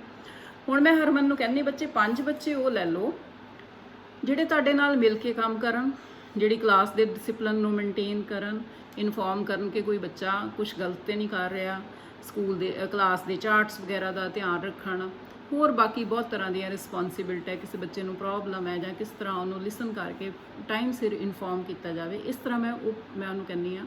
ਤੇ ਉਹ ਆਪਣੀਆਂ ਉਹ 5 ਸਟੂਡੈਂਟਸ ਨੂੰ ਲੈਂਦੀ ਹੈ ਜਿਹੜੇ ਉਹਦੇ ਨਾਲ ਮਿਲ ਕੇ ਕੰਮ ਕਰ ਸਕਦੇ ਆ ਕਲਾਸ ਦੀ ਤਰੱਕੀ ਵਾਸਤੇ ਤੇ ਸਕੂਲ ਦੇ ਡਿਸਪਲਿਨ ਨੂੰ ਮੇਨਟੇਨ ਕਰਨ ਵਾਸਤੇ। ਸੋ ਇਸੇ ਤਰ੍ਹਾਂ ਹੁਣ ਮੈਂ ਤੁਹਾਨੂੰ ਲੈ ਗਈ ਅਸਲੀ ਲੋਕ ਸਭਾ ਦੇ ਵਿੱਚ। ਅਸਲੀ ਲੋਕ ਸਭਾ ਕੀ ਹੈ? ਸਾਡੀ ਇਲੈਕਸ਼ਨ ਹੋਈ ਹੈ ਪਿਛਲੀ ਵਾਰੀ, ਲਾਸਟ ਟਾਈਮ 23 ਮਈ 2019 ਨੂੰ ਰਿਜ਼ਲਟ ਆਇਆ, ਜਿਸ ਦੇ ਵਿੱਚ ਬੀਜੇਪੀ ਨੇ 303 ਸੀਟਸ ਜਿਹੜੀਆਂ ਵਿਨ ਕੀਤੀਆਂ। ਸੋ ਕੰਪਲੀਟ ਮੈਜੋਰਿਟੀ ਜਿਹੜੀ ਸੀ ਉਹ ਕਿੰਨੇ ਲਈ? ਬੀਜੇਪੀ ਨੇ। ਹੁਣ ਸੈਸ਼ਨ ਬੁਲਾਇਆ ਗਿਆ ਜਦੋਂ ਲੋਕ ਸਭਾ ਦੇ ਵਿੱਚ 303 ਸੀਟਸ ਹੋ ਤੇ ਜਿਹੜੀਆਂ ਬਾਕੀ ਉਹ ਅਲੱਗ-ਅਲੱਗ ਪਾਰਟੀਆਂ ਨੇ, ਜਿਹਦੇ ਵਿੱਚੋਂ 52 ਸੀਟਸ ਕਾਂਗਰਸ ਨੇ ਲਈਆਂ ਤੇ ਬਾਕੀ ਹੋਰ ਪਾਰਟੀਆਂ ਨੇ ਸੀਟਸ ਲਈਆਂ ਤੇ ਟੋਟਲ 543 ਹੋ ਗਈਆਂ। ਹੁਣ ਜਦੋਂ ਸੈਸ਼ਨ ਬੁਲਾਇਆ ਗਿਆ ਤਾਂ ਉਹਦੇ ਵਿੱਚ ਰਾਸ਼ਟਰਪਤੀ ਨੇ ਕਿਹਾ ਕਿ ਤੁਸੀਂ ਆਪਣਾ ਲੀਡਰ ਚੁਣ ਲਓ। ਸੋ ਬੀਜੇਪੀ ਦੀ ਮੈਜੋਰਟੀ ਸੀ, ਵੈਰੀ ਸਿੰਪਲ। ਉਹਦੇ 'ਚ ਉਹਨਾਂ ਨੇ ਸ੍ਰੀ ਨਰਿੰਦਰ ਮੋਦੀ ਨੂੰ ਆਪਣਾ ਲੀਡਰ ਚੁਣ ਲਿਆ, ਜਿਹੜੇ ਕਿ ਸਾਡੇ ਪ੍ਰੈਜ਼ੈਂਟ ਪ੍ਰਾਈਮ ਮਿਨਿਸਟਰ ਨੇ। ਹੁਣ ਜਦੋਂ ਲੀਡਰ ਬਣ ਗਏ, ਉਹਨਾਂ ਨੂੰ ਆਪਣਾ ਨੈਚੁਰਲੀ ਉਹ ਪ੍ਰਾਈਮ ਮਿਨਿਸਟਰ ਬਣ ਗਏ। ਹੁਣ ਉਹਨਾਂ ਨੂੰ ਕਿਹਾ ਗਿਆ ਕਿ ਤੁਸੀਂ ਆਪਣਾ ਮੰਤਰੀ ਮੰਡਲ ਚੁਣ ਲਓ। ਉਹਨਾਂ ਨੇ ਆਪਣੇ ਨਾਲ ਜਿਸ ਤਰ੍ਹਾਂ ਸ੍ਰੀ ਅਮਿਤ ਸ਼ਾਹ ਜੀ ਆ, ਰਾਮਨਾਥ ਜੀ ਆ, ਸਮ੍ਰਿਤੀ ਇਰਾਨੀ ਆ, ਮੇਨਕਾ ਗਾਂਧੀ ਆ, ਹੋਰ ਬਹੁਤ ਸਾਰੇ ਇੰਚ ਦੇ ਜਿਹੜੇ ਲੀਡਰ ਜਿਹੜੇ ਉਹਨਾਂ ਦੇ ਨਾਲ ਮੈਚ ਕਰਦੇ ਸੀ, ਉਹਨਾਂ ਦੇ ਥਾਟਸ ਦੇ ਨਾਲ ਉਹਨਾਂ ਨੇ ਆਪਣੀ ਟੀਮ ਬਣਾ ਲਿਆ। ਹੁਣ ਇਹ ਟੀਮ ਜਿਹੜੀ ਹੈ ਨਿਕਲੀ ਕਿੱਥੋਂ ਆ? ਵਿਧਾਨ ਪਾਲਿਕਾ 'ਚੋਂ। ਵਿਧਾਨ ਪਾਲਿਕਾ ਕਿਹੜੀ? ਲੋਕ ਸਭਾ। ਲੋਕ ਸਭਾ 'ਚੋਂ ਨਿਕਲ ਕੇ ਇਹ ਕੀ ਬਣ ਗਈ? ਕਾਰਜਪਾਲਿਕਾ। ਸੋ ਕਾਰਜਪਾਲਿਕਾ ਜਿਹੜੀ ਆ ਉਹ ਵਿਧਾਨ ਪਾਲਿਕਾ ਦਾ ਹੀ ਹਿੱਸਾ ਹੈ। ਸੋ ਇਸ ਤਰ੍ਹਾਂ ਜਿਸ ਤਰ੍ਹਾਂ ਮੈਂ ਤੁਹਾਡੀ ਕਲਾਸ ਮੋਨੀਟਰ ਤੇ ਬੱਚੇ ਬਣਾਏ, ਉਹ ਤੁਹਾਡੀ ਹੀ ਕਲਾਸ ਦਾ ਹਿੱਸਾ ਨੇ ਤੇ ਉਹਨਾਂ ਦੇ ਤੁਹਾਡੇ ਨਾਲ ਗੂੜੇ ਸੰਬੰਧ ਹੈ। ਇਸੇ ਤਰ੍ਹਾਂ ਹੀ ਵਿਧਾਨ ਪਾਲਿਕਾ ਤੇ ਕਾਰਜਪਾਲਿਕਾ 'ਚ ਸਭ ਤੋਂ ਇਹਦੀ ਇੰਪੋਰਟੈਂਟ ਹੈ ਕਿ ਉਹ ਗੂੜੇ ਸੰਬੰਧ ਹੁੰਦੇ ਹਨ, ਇਸ ਲਈ ਇੱਥੇ ਸੰਸਦੀ ਪ੍ਰਣਾਲੀ ਹੈ। ਦੂਜਾ ਅਸੀਂ ਕੁਐਸਚਨ ਤੇ ਆਉਂਦੇ ਹਾਂ ਕਿ there is a difference between real executive and nominal executive. ਨਾਮਾਤਰ ਕਾਰਜ ਸਾਧਕ ਤੇ ਅਸਲੀ ਕਾਰਜ ਸਾਧਕ ਵਿੱਚ ਫਰਕ ਹੁੰਦਾ ਹੈ। ਦੇਖੋ ਸਾਡਾ ਰੀਅਲ ਐਕਸੀਕਿਊਟਿਵ ਹੈੱਡ ਕੌਣ ਹੈ? ਗਵਰਨਮੈਂਟ ਦਾ ਹੈੱਡ ਕੌਣ ਹੈ? ਸਾਡੇ ਪ੍ਰਧਾਨ ਮੰਤਰੀ। ਦੇਖੋ ਹੁਣ ਲੋਕਡਾਊਨ ਹੋਇਆ ਸਾਰੇ ਇੰਡੀਆ ਦੇ ਵਿੱਚ ਕੋਵਿਡ-19 ਕਰਕੇ, ਤੇ ਕਰਫਿਊ ਕਿੰਨੇ ਲਗਾਇਆ ਹੈ? ਲੋਕਡਾਊਨ ਕਿੰਨੇ ਕੀਤਾ ਹੈ? ਪ੍ਰਧਾਨ ਮੰਤਰੀ ਦੇ ਆਰਡਰਸ ਦੇ ਨਾਲ ਸਾਰੀਆਂ ਸਟੇਟਸ ਵਿੱਚ ਹੋਇਆ ਹੈ। ਸਾਡੇ ਰਾਸ਼ਟਰਪਤੀ ਜੀ ਦੇ ਅੱਗੇ ਤੇ ਨਹੀਂ ਆਏ ਨਾ। ਸੋ ਇਸ ਕਰਕੇ ਜਿਹੜੀਆਂ ਰੀਅਲ ਪਾਵਰਸ ਹੈ ਉਹ ਪ੍ਰਧਾਨ ਮੰਤਰੀ ਐਕਸਰਸਾਈਜ਼ ਕਰਦੇ ਨੇ and the president is only a nominal head. So ਇੱਥੇ ਵੀ ਕੁਐਸਚਨ ਆਉਂਦਾ ਹੈ ਕਿ ਨਾ ਮਾਤਰ ਤੇ ਅਸਲੀ ਕਾਰਜਪਾਲਿਕਾ ਤੋਂ ਕੀ ਭਾਵ ਹੈ? ਤੁਸੀਂ ਕਹੋਗੇ ਕਿ ਅਸਲੀ ਕਾਰਜ ਸਾਧਕ ਸਾਡੇ ਦੇਸ਼ ਦੇ ਪ੍ਰਧਾਨ ਮੰਤਰੀ ਹਨ ਜੋ ਸਾਰੀਆਂ ਅਸਲੀ ਸ਼ਕਤੀਆਂ ਦੀ ਵਰਤੋਂ ਕਰਦੇ ਆ, ਤੇ ਨਾ ਮਾਤਰ ਦੇ ਕਾਰਜ ਸਾਧਕ ਜਿਹੜੇ ਕਿ ਸਟੇਟ ਦੇ ਹੈੱਡ ਹੈ ਉਹ ਸਾਡੇ ਰਾਸ਼ਟਰਪਤੀ ਹਨ, ਜਿਨ੍ਹਾਂ ਦੇ ਨਾਂ ਦੇ ਉੱਤੇ ਸ਼ਕਤੀਆਂ ਵਰਤੀਆਂ ਜਾਂਦੀਆਂ ਹਨ। ਇਹ 4 ਨੰਬਰ ਦਾ ਕੁਐਸਚਨ ਬੱਚੇ ਆ ਸਕਦਾ ਹੈ। ਫਿਰ ਉਸ ਤੋਂ ਅੱਗੇ ਆ ਗਿਆ ਕਿ ਮੰਤਰੀ ਮੰਡਲ ਤੇ ਵਿਧਾਨ ਪਾਲਿਕਾ ਦਾ ਕੰਟਰੋਲ ਹੁੰਦਾ ਹੈ। Legislature controls over the cabinet of ministers. ਦੇਖੋ ਮੈਂ ਕਲਾਸ 'ਚ ਲੈ ਕੇ ਗਈ ਤੁਹਾਨੂੰ, ਫਿਰ ਤੁਸੀਂ ਹਰਮਨ ਨੂੰ ਤੇ ਉਹਦੇ ਨਾਲ 5-6 ਬੱਚੇ ਉਹਨੇ ਲਾ ਲਏ, ਪਰ ਉਹ ਤੁਹਾਡੀ ਕਲਾਸ ਦਾ ਹਿੱਸਾ ਹੈ ਤੇ ਤੁਸੀਂ ਵਿਧਾਨ ਸਭਾ ਹੋ, ਐਕਸੀਕਿਊਟਿਵ ਹੋ, ਤੁਸੀਂ ਉਹਦੇ ਤੇ ਪੂਰਾ ਕੰਟਰੋਲ। ਤੁਸੀਂ ਕਹੋਗੇ ਮੈਮ ਅਸੀਂ ਨਹੀਂ ਇਹਦੇ ਤੇ ਫੇਦ ਕਰਦੇ, ਇਹ ਕੰਮ ਨਹੀਂ ਸਹੀ ਕਰ ਰਹੇ, ਤੇ ਮੈਂ ਕਹੂੰਗੀ ਕੋਈ ਗੱਲ ਨਹੀਂ ਆ, ਸੈਕਿੰਡ ਬੱਚੇ ਨੂੰ ਆਪਸ਼ਨ ਦੇ ਦਿਓ, ਅਸੀਂ ਉਹਦਾ ਨਾਮ ਲਾ ਦਿੰਦੇ ਹਾਂ। ਸੋ ਇਸ ਤਰ੍ਹਾਂ ਤੁਸੀਂ ਉਹਨਾਂ ਬੱਚਿਆਂ ਤੇ ਰਿਪੋਰਟ ਨੈਗੇਟਿਵ ਦੇ ਕੇ ਤੁਸੀਂ ਉਹਨਾਂ ਤੇ ਕੰਟਰੋਲ ਕਰ ਲਿਆ, ਜਾਂ ਤੇ ਉਹ ਆਪਣੀ ਉਹ ਠੀਕ ਕਰ ਲੈਣਗੇ ਤੇ ਜਾਂ ਉਹਨਾਂ ਦੀ ਥਾਂ ਤੇ ਰਿਪਲੇਸਮੈਂਟ ਹੋ ਜਾਏਗੀ। ਇਸੇ ਤਰ੍ਹਾਂ ਹੀ ਵਿਧਾਨ ਸਭਾ ਦਾ, ਵਿਧਾਨ ਪਾਲਿਕਾ ਦਾ ਜਿਹੜੀ ਕਾਰਜ ਸਾਧਿਕਾ ਉਹ ਹਿੱਸਾ ਹੈ, ਤੇ ਇਸ ਕਰਕੇ ਵਿਧਾਨ ਪਾਲਿਕਾ ਜਿਹੜੀ ਹੈ ਉਹ ਕਾਰਜਪਾਲਿਕਾ ਤੇ ਪੂਰਾ ਕੰਟਰੋਲ ਰੱਖਦੀ ਹੈ। ਉਸ ਤੋਂ ਬਾਅਦ ਚੌਥਾ ਇਹਦਾ ਕਰੈਕਟਰਿਸਟਿਕ ਆ ਗਈ ਕਿ there is an individual responsibility of the council of ministers। ਹਰ ਮੰਤਰੀ ਜਿਹਦੇ ਕੋਲ ਜਿਹੜਾ ਪੋਰਟਫੋਲੀਓ ਹੈ ਉਹ ਆਪਣੇ ਪੋਰਟਫੋਲੀਓ ਦੇ ਕੰਮਾਂ ਵਾਸਤੇ, ਆਪਣੇ ਮਹਿਕਮੇ ਦੇ ਕੰਮਾਂ ਵਾਸਤੇ ਲੋਕ ਸਭਾ ਕੀ ਆ, ਵਿਧਾਨ ਪਾਲਿਕਾ, ਉਹਦੇ ਸਾਹਮਣੇ ਜ਼ਿੰਮੇਵਾਰ ਹੈ। ਜਦੋਂ ਵੀ ਸੈਸ਼ਨ ਹੁੰਦਾ ਹੈ ਤੁਸੀਂ ਜ਼ਰੂਰ ਇਹ ਰਾਜ ਸਭਾ ਲੋਕ ਸਭਾ ਦਾ ਸੈਸ਼ਨ ਵੇਖਿਆ ਕਰੋ। ਉਹਦੇ ਵਿੱਚ ਬੜੀ ਤਰ੍ਹਾਂ ਦੇ ਕੁਐਸਚਨ ਜਿਹੜੇ ਕੁਐਸਚਨ ਆਰ ਹੁੰਦਾ ਆ, ਉਹਦੇ 'ਚ ਕੁਐਸਚਨ ਉਠਾ ਕੇ ਸਾਰੀ ਮਹਿਕਮੇ ਦੀ ਇਨਫੋਰਮੇਸ਼ਨ ਲਈ ਜਾਂਦੀ ਹੈ, ਉਹਦੇ ਗੁੱਡ ਪੁਆਇੰਟ, ਉਹਦੇ ਬੈਡ ਪੁਆਇੰਟ ਮੰਤਰੀ ਨੂੰ ਉਸ ਟਾਈਮ ਦੇ ਉੱਪਰ ਜਵਾਬਦੇਹ ਹੋਣਾ ਪੈਂਦਾ। ਸੋ ਜਿਹੜਾ ਵੀ ਮੈਂ ਹਾਲੇ ਤੱਕ ਮੈਂ ਹਿਸਟਰੀ 'ਚ ਇਹ ਪੜ੍ਹਿਆ ਕਿ ਲਾਈਕ 1961 'ਚ ਸਾਡੇ ਰੇਲਵੇ ਮੰਤਰੀ ਸੀ ਕ੍ਰਿਸ਼ਨਾ ਮੈਨਨ ਜੀ, ਤੇ ਉਦੋਂ ਰੇਲਵੇ ਦਾ ਬਹੁਤ ਵੱਡਾ ਐਕਸੀਡੈਂਟ ਹੋਇਆ ਸੀ ਤੇ ਉਹਨਾਂ ਨੇ ਆਪਣੇ ਉਹਦੇ ਤੋਂ ਉਸ ਜ਼ਿੰਮੇਵਾਰੀ ਨੂੰ ਕਬੂਲਦਿਆਂ ਹੋਇਆਂ ਉਹਦੇ ਤੋਂ ਆਪਣੇ ਮੰਤਰੀ ਮੰਡਲ ਤੋਂ ਅਸਤੀਫਾ ਦੇ ਦਿੱਤਾ ਸੀ, ਆਪਣੇ ਪੋਰਟਫੋਲੀਓ ਤੋਂ, ਅਹੁਦੇ ਤੋਂ ਅਸਤੀਫਾ ਦੇ ਦਿੱਤਾ ਸੀ। ਸੋ ਇਸ ਤਰ੍ਹਾਂ ਇਹਨੂੰ ਇੱਕ ਜ਼ਿੰਮੇਵਾਰ ਸਰਕਾਰ ਕਿਹਾ ਜਾਂਦਾ ਹੈ, ਕਿਉਂਕਿ ਵਿਅਕਤੀਗਤ ਰੂਪ ਤੇ, ਇੰਡੀਵਿਜੂਅਲ ਰੂਪ ਤੇ ਆਪਣੇ ਹਰ ਮਹਿਕਮੇ ਲਈ ਉਹ ਮੰਤਰੀ ਜ਼ਿੰਮੇਵਾਰ ਹੁੰਦਾ ਹੈ। Then there is a collective responsibility too, ਕਿ ਹਰ ਇਹ ਸਮੂਹਕ ਰੂਪ ਵਿੱਚ ਵੀ ਜਿਹੜੀ ਕਾਉਂਸਲ ਆਫ ਮਿਨਿਸਟਰਸ ਹੈ ਇਹ ਸੰਸਦ ਦੇ ਸਾਹਮਣੇ ਜ਼ਿੰਮੇਵਾਰੀ ਹੈ। ਸੰਸਦ ਕਿਹਨੂੰ ਕਹਿੰਦੇ ਆ ਅਸੀਂ? ਲੋਕ ਸਭਾ ਤੇ ਰਾਜ ਸਭਾ ਨੂੰ। ਸੋ ਜਿੰਨੇ ਵੀ ਇਹ ਕੰਮ ਕਰਦੇ ਨੇ, ਜੋ ਵੀ ਫੈਸਲੇ ਲੈਂਦੇ ਹਨ, ਜਿਹੜੇ ਬਾਕੀ ਉੱਥੇ ਸਿਟਿੰਗ 'ਚ ਬੈਠੇ ਆ, ਉਹ ਸਾਰੇ ਇਹਨਾਂ ਨੂੰ ਕੁਐਸਚਨ ਜਵਾਬ ਤਲਬੀ ਕਰਕੇ ਮਹਿਕਮੇ ਦੀ ਇਨਫੋਰਮੇਸ਼ਨ ਲੈ ਸਕਦੇ ਹਨ। ਜੇ ਉਹਨਾਂ ਨੂੰ ਲੱਗਦਾ ਹੈ ਕਿ ਇਹ ਸਾਰਾ ਕੁਝ ਨਹੀਂ ਸਹੀ ਹੋ ਰਿਹਾ ਤੇ ਇਹਨਾਂ ਦੇ ਉਲਟ ਵੋਟਿੰਗ ਵੀ ਕਰ ਸਕਦੇ ਹਨ। ਇਸ ਤਰ੍ਹਾਂ ਇਹ ਇੱਕ ਜ਼ਿੰਮੇਵਾਰ ਸਰਕਾਰ ਹੈ। ਤੇ ਕੁਐਸਚਨ ਆ ਜਾਂਦਾ ਹੈ ਕਿ ਸੰਸਦੀ ਪ੍ਰਣਾਲੀ ਦੀ ਸਰਕਾਰ ਨੂੰ ਜ਼ਿੰਮੇਵਾਰ ਸਰਕਾਰ ਕਿਉਂ ਕਿਹਾ ਜਾਂਦਾ ਹੈ? ਤੁਸੀਂ ਇਹਦਾ ਆਨਸਰ ਦਿਓਗੇ ਕਿ ਜਿਹੜਾ ਮੰਤਰੀ ਮੰਡਲ ਹੈ ਉਹ ਸਮੂਹਕ ਰੂਪ ਦੇ ਵਿੱਚ ਤੇ ਵਿਅਕਤੀਗਤ ਰੂਪ ਦੇ ਵਿੱਚ ਆਪਣੇ ਸਾਰੇ ਕੰਮਾਂ ਲਈ ਸੰਸਦ ਦੇ ਸਾਹਮਣੇ ਜ਼ਿੰਮੇਵਾਰ ਹੁੰਦਾ ਹੈ, ਤੇ ਉਹਨੂੰ ਉਸ ਦੀ ਜ਼ਿੰਮੇਵਾਰੀ ਜਿਹੜੀ ਹੈ, ਉਹਨੂੰ ਅਕਾਊਂਟੇਬਿਲਟੀ ਜਿਹੜੀ ਹੈ ਉਹ ਲੈਣੀ ਪੈਂਦੀ, ਇਸ ਲਈ ਇਹਨੂੰ ਜ਼ਿੰਮੇਵਾਰ ਸਰਕਾਰ। ਇਹ 4 ਨੰਬਰ ਦਾ ਕੁਐਸਚਨ ਜਿਹੜਾ ਹੈ ਉਹ ਬਣਦਾ ਹੈ। ਫਿਰ ਇਸ ਤੋਂ ਇਲਾਵਾ ਹੈ ਕਿ ਪਾਰਲੀਮੈਂਟਰੀ ਸਿਸਟਮ ਜਿਹੜਾ ਹੈ, ਪਾਰਲੀਮੈਂਟਰੀ ਫਾਰਮ ਆਫ ਗਵਰਨਮੈਂਟ ਹੈ, it can be dissolve before time. ਇਹਨੂੰ ਸਮੇਂ ਤੋਂ ਪਹਿਲਾਂ ਅਸੀਂ ਖਤਮ ਕਰ ਸਕਦੇ ਹਾਂ। It is elected for 5 year, 5 ਸਾਲ ਲਈ ਅਸੀਂ ਲੋਕ ਸਭਾ ਚੋਂ ਨਹੀਂ। ਅਸੀਂ ਅੱਗੇ ਆਵਾਂਗੇ ਕਿ ਕਿਸ ਤਰ੍ਹਾਂ ਸਮੇਂ ਤੋਂ ਪਹਿਲਾਂ ਵੀ ਇੱਥੇ ਜਦੋਂ ਲਟਕਦੀਆਂ ਸਰਕਾਰਾਂ ਬਣੀਆਂ ਸੀ ਤੇ ਉਹਨਾਂ ਨੂੰ ਸਮੇਂ ਤੋਂ ਪਹਿਲਾਂ ਭੰਗ ਕਰਨਾ ਪਿਆ ਸੀ। ਜਦੋਂ ਜਿਹੜੀ ਮੰਤਰੀ ਮੰਡਲ ਹੈ ਜਾਂ ਪ੍ਰਧਾਨ ਮੰਤਰੀ ਹੈ ਉਹ ਆਪਣਾ ਕੌਨਫੀਡੈਂਸ ਜਿਹੜਾ ਹੈ ਉਹ ਖੋਹ ਲੈਂਦਾ ਹੈ, ਆਪਣਾ ਅਵਿਸ਼ਵਾਸ ਦਾ ਮਤਾ ਜਿਹੜਾ ਹੈ ਉਹ ਲੋਕ ਸਭਾ ਦੇ ਸਾਰੇ ਮੈਂਬਰ ਰਲ ਕੇ ਉਹਦੇ ਅਗੇਂਸਟ ਬਣਾਉਂਦੇ ਹਨ ਕਿ ਅਸੀਂ ਇਹਦੇ ਨਾਲ ਨਹੀਂ ਆ, ਅਸੀਂ ਇਹਦੇ ਨਾਲ ਕੰਮ ਨਹੀਂ ਕਰਨਾ, ਇਹ ਸਰਕਾਰ ਠੀਕ ਤਰ੍ਹਾਂ ਕੰਮ ਨਹੀਂ ਕਰ ਰਹੀ, ਤਾਂ ਇਸ ਨੂੰ ਸਮੇਂ ਤੋਂ ਪਹਿਲਾਂ ਵੀ ਭੰਗ ਕੀਤਾ ਜਾ ਸਕਦਾ ਹੈ। ਜਿਸ ਤਰ੍ਹਾਂ ਮੈਂ ਤੁਹਾਨੂੰ ਕਿਹਾ ਕਿ ਤੁਸੀਂ ਸਾਰੇ ਕਹੋ ਕਿ ਮੈਡਮ ਜਿਹੜੇ ਤੁਸੀਂ ਮੋਨੀਟਰ ਬਣਾਏ ਆ ਤੇ ਜਿਹੜੇ ਇਹਨਾਂ ਦੇ ਨਾਲ ਕੰਮ ਕਰ ਰਹੇ ਬੱਚੇ, ਸਾਡਾ ਉਹਨਾਂ 'ਚ ਕੋਈ ਵਿਸ਼ਵਾਸ ਨਹੀਂ ਆ, ਤੁਸੀਂ ਇਹਨਾਂ ਨੂੰ 1 ਈਅਰ ਲਈ ਚੁਣਿਆ ਸੀ ਪਰ ਅਸੀਂ ਇਹਨਾਂ ਨੂੰ 1 ਮਹੀਨਾ ਹੀ ਰੱਖਿਆ ਹੈ, ਪਰ ਸਾਡੀ ਜਿਹੜੀ ਕਲਾਸ ਹੈ ਉਹ ਡਿਸਟਰੋਏ ਹੋ ਰਹੀ ਹੈ ਤੇ ਇਹਨਾਂ ਨੂੰ ਚੇਂਜ ਕਰ ਦਿਓ। ਸੋ ਅਸੀਂ ਉਹਨਾਂ ਨੂੰ, ਜੇ ਮੈਂ 2 ਮਹੀਨਿਆਂ ਲਈ ਵੀ ਬਣਾਇਆ ਤੇ ਉਹਨਾਂ ਨੂੰ ਮੈਂ ਪਹਿਲਾਂ ਹੀ ਉਹਦੀ ਥਾਂ ਤੇ ਰਿਪਲੇਸਮੈਂਟ ਕਰ ਦਾਂਗੀ। ਸੋ ਇਸ ਤਰ੍ਹਾਂ ਹੀ ਸੰਸਦੀ ਪ੍ਰਣਾਲੀ 'ਚ ਕੀ ਹੁੰਦਾ ਹੈ ਕਿ ਜਦੋਂ ਲੋਕ ਸਭਾ 'ਚ ਸਿਟਿੰਗ ਮੈਂਬਰ ਸਾਰੇ ਜਿੰਨੇ ਹਨ ਉਹਨਾਂ ਨੂੰ ਇਹ ਲੱਗੇ ਕਿ ਸਾਡਾ ਕੌਨਫੀਡੈਂਸ ਨਹੀਂ ਰਿਹਾ ਐਗਜ਼ੀਕਿਊਟਿਵ ਤੇ ਪ੍ਰਧਾਨ ਮੰਤਰੀ ਤੇ ਸਾਰੇ ਤੇ ਅਸੀਂ ਇਹਨੂੰ ਡਿਸੋਲਵ ਕਰਦੇ ਹਾਂ ਜਾਂ ਸੰਸਦੀ ਪ੍ਰਣਾਲੀ ਦੀ ਸਰਕਾਰ ਠੀਕ ਤਰ੍ਹਾਂ ਕੰਮ ਨਹੀਂ ਕਰ ਰਹੀ, ਖਿੱਚੋਤਾਣ ਬਣੀ ਹੋਈ ਹੈ, ਤਾਂ ਇਹਨੂੰ ਸਮੇਂ ਤੋਂ ਪਹਿਲਾਂ ਖਤਮ ਕੀਤਾ ਜਾ ਸਕਦਾ ਹੈ। ਇਸ ਤੋਂ ਇਲਾਵਾ ਹੁਣ ਮੰਤਰੀ ਮੰਡਲ ਜਿਹੜਾ ਹੈ ਉਹਦੇ ਵਿੱਚ ਕਿੰਨੇ ਮੰਤਰੀ ਲੈਣੇ ਹਨ? ਜੇ 543 ਹਨ ਤੇ ਉਹਦਾ 15% ਜਿਹੜੇ ਮੰਤਰੀ ਮੰਡਲ 'ਚ ਮੰਤਰੀ ਹੋਣੇ ਚਾਹੀਦੇ ਹਨ। ਸੋ ਸਟੂਡੈਂਟਸ ਇਹ 80 to 82 ਮੈਂਬਰ ਮੰਤਰੀ ਬਣਦੇ ਹਨ, ਇਸ ਤੋਂ ਵੱਧ ਨਹੀਂ ਲੈ ਸਕਦੇ। ਉਸ ਤੋਂ ਇਲਾਵਾ ਇਹਦੀ ਸਭ ਤੋਂ ਵਧੀਆ ਕਰੈਕਟਰਿਸਟਿਕਸ ਇੱਕ ਹੋਰ ਵੀ ਹੈ ਕਿ ਇਹਦੇ ਵਿੱਚ ਪੋਲੀਟੀਕਲ ਹੋਮੋਜੇਨਿਟੀ ਚਾਹੀਦੀ ਹੈ, ਰਾਜਨੀਤਿਕ ਇੱਕ ਰੂਪ ਦਾ। ਦੇਖੋ ਪ੍ਰਧਾਨ ਮੰਤਰੀ ਜੀ ਬਣੇ ਸਾਡੇ ਨਰਿੰਦਰ ਮੋਦੀ ਜੀ, ਤੇ ਉਹ ਹੀ ਮੰਤਰੀ ਨਾਲ ਲੈਣਗੇ ਜਿਨ੍ਹਾਂ ਦਾ ਵਿਚਾਰ ਆਪਸ 'ਚ ਮਿਲਦੇ ਹੋਣਗੇ। ਜਿਸ ਤਰ੍ਹਾਂ ਉਹਨਾਂ ਨਾਲ ਕੰਮ ਕਰਨਾ ਸੌਖਾ ਹੋ ਜਾਏਗਾ। ਸਪੋਜ਼ 80 ਜਣਿਆਂ ਦੀ ਬੈਠਿੰਗ ਹੋਈ ਆ, ਮੀਟਿੰਗ ਹੋਈ ਆ, ਤੇ ਜੇ ਸਾਰੇ ਆਪੋ ਆਪਣੇ ਵਿਚਾਰ ਪ੍ਰਗਟ ਕਰਨਗੇ, ਖਿੱਚੋਤਾਣ ਬਣੇਗੀ, ਤਾਂ ਫੈਸਲਾ ਕਿੰਜ ਹੋਏਗਾ। ਇਸ ਤੋਂ ਇਲਾਵਾ ਜਿਸ ਤਰ੍ਹਾਂ ਬੀਜੇਪੀ ਕੰਪਲੀਟ ਮੈਜੋਰਟੀ 303 ਸੀਟਸ ਦੇ ਨਾਲ ਵਿਨ ਕੀਤੀ ਆ, ਤਾਂ ਉਹ ਇੱਕ ਰਾਜਨੀਤਿਕ ਇਕਰੂਪਤਾ ਹੈ, ਮੀਨਸ ਇੱਕੋ ਰਾਜਨੀਤਿਕ ਪਾਰਟੀ ਦੇ ਉਹ ਸਾਰੇ ਲੋਕ ਹੈ ਜਿਨ੍ਹਾਂ ਦੇ ਵਿਚਾਰ ਮਿਲਦੇ ਹੁੰਦੇ ਹਨ ਅਤੇ ਫੈਸਲੇ ਜਿਹੜੇ ਆ ਉਹ ਵਧੀਆ ਹੋ ਜਾਂਦੇ, ਅਤੇ ਇਹਦੇ ਨਾਲ ਜਿਹੜੀ ਸਰਕਾਰ ਹੈ ਉਹ ਵਧੀਆ ਕੰਮ ਕਰਦੀ। ਹੁਣ ਮੈਂ ਤੁਹਾਨੂੰ ਇਹਦੇ ਅਸਲੀ ਮਾਡਲ ਤੇ ਲੈ ਕੇ ਜਾਂਦੀ ਹਾਂ ਸਟੂਡੈਂਟ। ਸਾਡੇ ਕੋਲ ਰਿਸੋਰਸਿਸ ਨਹੀਂ ਹੈਗੇ ਇੰਨੇ, ਸਾਰਾ ਕੁਝ ਬੰਦ ਹੈ, ਪਰ ਚਲੋ ਅਸੀਂ ਥੋੜਾ ਇੰਚ ਹੀ ਕੰਮ ਕਰ ਲੈਂਦੇ। ਮੈਂ ਤੁਹਾਨੂੰ ਆਹ ਮਾਡਲ ਦਿਖਾ ਰਹੀ ਹਾਂ। ਇਹ ਦੇਖੋ, ਸੰਸਦੀ ਸਰਕਾਰ ਦੇ ਵਿੱਚ ਸਾਈਡ ਤੇ ਆਓ। ਸਭ ਤੋਂ ਪਹਿਲਾਂ ਹੈ ਲੋਕ ਸਭਾ, ਜਿਹਦੇ 543 ਇਲੈਕਟਡ ਮੈਂਬਰ ਨੇ, ਤੇ ਰਾਜ ਸਭਾ 250 ਮੈਂਬਰਸ। ਸੋ ਇਹ ਕੀ ਹੈ, ਸਾਡੀ ਪਾਰਲੀਮੈਂਟਰੀ ਹੈ, ਸਾਡੀ ਸੰਸਦ ਹੈ, ਦੋਵੇਂ ਹਾਊਸ ਜਿਹੜੇ ਆ, ਅਪਰ ਹਾਊਸ, ਲੋਅਰ ਹਾਊਸ ਤੇ ਅਪਰ ਹਾਊਸ। ਹੁਣ ਸਾਡੀ ਸੈਂਟਰ 'ਚ ਆ ਗਈ ਰੀਅਲ ਐਕਸੀਕਿਊਟਿਵ। ਰੀਅਲ ਐਕਸੀਕਿਊਟਿਵ ਕੌਣ ਹੈ?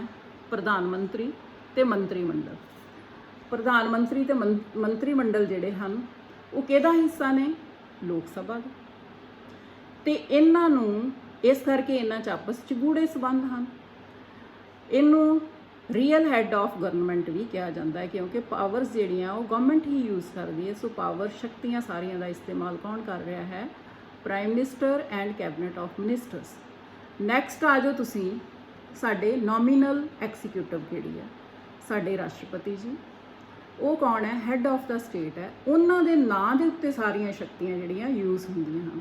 ਮੈਂ ਤੁਹਾਨੂੰ ਦੱਸਦੀ ਹੁੰਦੀ ਆ ਕਿ ਤੁਹਾਡੇ ਘਰ ਦੇ ਵਿੱਚ ਦਾਦਾ ਜੀ ਵੀ ਆ ਤੇ ਤੁਹਾਡੇ ਪਾਪਾ ਵੀ ਆ, ਤੇ ਇਹ ਡਿਸੀਜ਼ਨ ਜਿਹੜਾ ਹੈ, ਤੁਹਾਡੇ ਡਿਸੀਜ਼ਨ ਮੇਕਰ ਕੌਣ ਨੇ? ਤੁਹਾਡੇ ਫਾਦਰ। ਸਾਰੇ ਫੈਸਲੇ ਕਰ ਲੈਂਦੇ ਨੇ ਤੇ ਬਾਅਦ ਦੇ ਵਿੱਚ ਇਹ ਕਹਿ ਦਿੰਦੇ ਨੇ ਕਿ ਦਾਦਾ ਜੀ ਜਿਹੜੇ ਬਾਪੂ ਜੀ ਆ ਉਹਨਾਂ ਨੂੰ ਵੀ ਪੁੱਛ ਲੈਂਦੇ ਆ ਕਿ ਅਸੀਂ ਆ ਫੈਸਲੇ ਕਰ ਲਿਆ। ਸੋ ਤੁਹਾਡੇ ਘਰ 'ਚ ਰੀਅਲ ਐਕਸੀਕਿਊਟਿਵ ਕੌਣ ਆ?